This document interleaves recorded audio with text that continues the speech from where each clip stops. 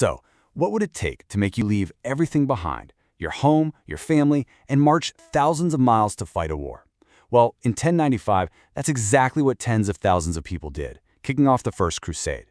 The big question has always been, why? Was it for God, for glory, or was it really all about gold?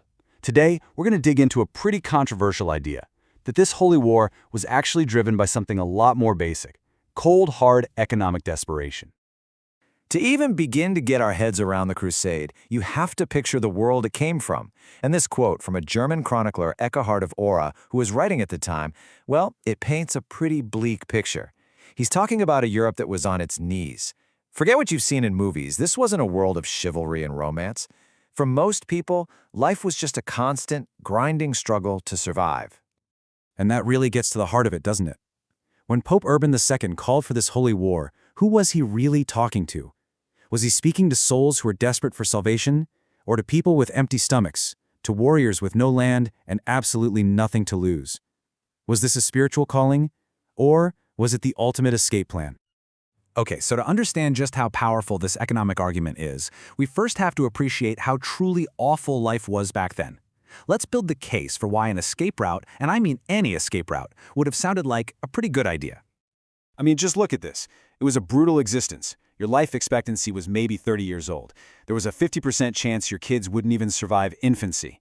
If you didn't starve, you had to worry about constant violence from local warlords terrorizing the countryside. And the 1090s, right before the Crusades, they were especially bad. You had failed harvests, which led to a massive famine. A famine so bad it caused outbreaks of something called holy fire, which is this horrific disease you get from eating moldy grain. So this is the world they lived in. It's not hard to see why the promise of a new life, somewhere, anywhere else, would be incredibly tempting. And you have that grim reality on one hand. On the other, the East was being sold as this legendary land of wealth, a land of milk and honey.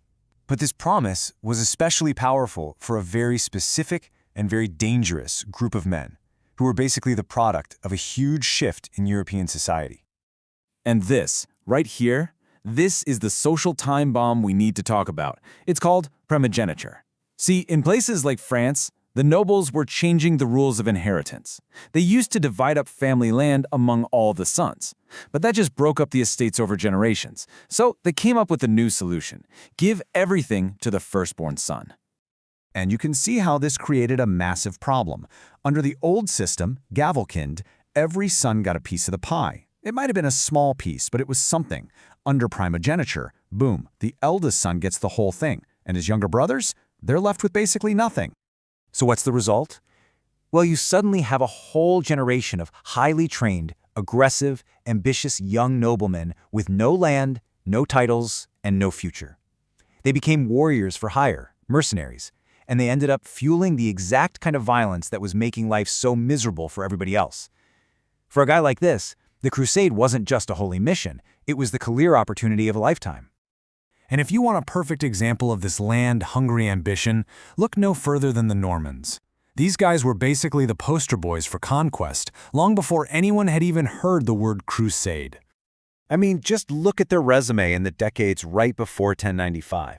They conquered England. They went down to southern Italy and carved out their own kingdom by kicking out the Byzantines. They took Sicily from the Muslims. This is just what they did.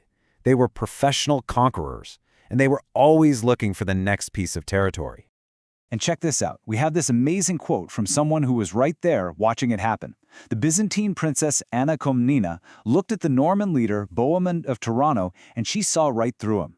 See, Bohemond was a younger son of the guy who conquered southern Italy, which meant he had no inheritance of his own. Anna knew he wasn't there on a holy pilgrimage. She wrote that he was there, quote, to acquire for himself a kingdom, she called it. And you know what? Their actions totally proved her right. Just look at what these guys did during the crusade.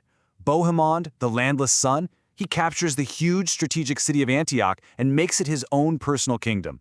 Another younger son, Baldwin of Boulogne, literally just leaves the main army to go create the very first Crusader state for himself over at Edessa. They were just following the family playbook: conquest and self-enrichment. So the case for material gain seems pretty rock solid, right? You've got a miserable Europe, a whole class of landless knights, and you've got the Normans acting exactly like you'd expect them to. But And this is a big but. When you start to really dig into the evidence, a completely different story starts to emerge. It turns out this was far from being some kind of get-rich-quick scheme. Going on crusade was incredibly, ruinously expensive. The great historian Jonathan Riley Smith, who literally did the math on this, estimated that a knight would need to raise something like 4 to 5 times his entire annual income just to afford the trip. Just think about that for a second. This wasn't a casual choice. It was a massive financial gamble that could literally bankrupt you. And we have the receipts. Seriously, this charter from 1096 is just one of many we have. It shows a nobleman, Geoffrey of Donsey, selling his inheritance to fund his journey. People weren't just packing a bag and hoping for the best. They were selling off their family lands. Now, that's the action of someone paying a huge price for something they deeply believe in, not some opportunist looking for a handout. And this right here, this points to the biggest hole in the whole colonization theory. After they captured Jerusalem in 1099, you'd think there'd be a flood of people staying to settle down. But instead, a chronicler who was actually there, Fulcher of Chartres, reported that the new kingdom was left with a tiny skeleton crew of just 300 knights to defend the whole area. 300! So if the main reason for going was to get land and escape Europe, why did almost everybody turn right around and go home? The evidence is pretty overwhelming on this. Once their religious vow was complete, once they prayed at the Holy Sepulchre in Jerusalem, the vast majority of Crusaders considered the job done, and they started the long, dangerous, and expensive journey back to Europe. Okay, so where does that leave us? On the one hand, you have a desperate society and a bunch of land-hungry warriors that make the economic argument look really strong.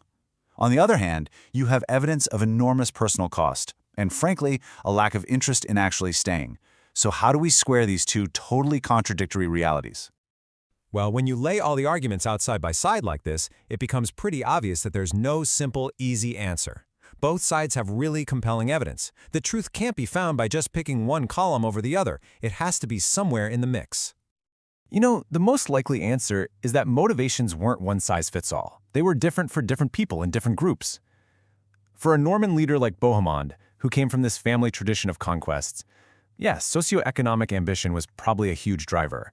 But for a French noble who had to sell his family's land to even go, piety was probably a much bigger piece of the pie. And what about a peasant starving through that famine in 1095? Was it about faith, or just getting away from a world of starvation and death? Probably a healthy mix of both. So in the end, you absolutely cannot ignore the socio-economic theory. It's a critical piece of the puzzle. It explains the conditions that made the crusade even possible, and it explains the ambitions that drove some of its most important leaders. But it's not the whole story. Human motivation is just rarely that simple. It was this complex tapestry woven together from threads of greed and faith, of duty and desperation, of adventure and salvation. Which brings us back to that enduring question. Were these crusaders land-hungry opportunists just hiding their greed behind a mask of religion, or were they genuinely devout believers paying a massive price for their faith? The real answer is probably yes, they were both.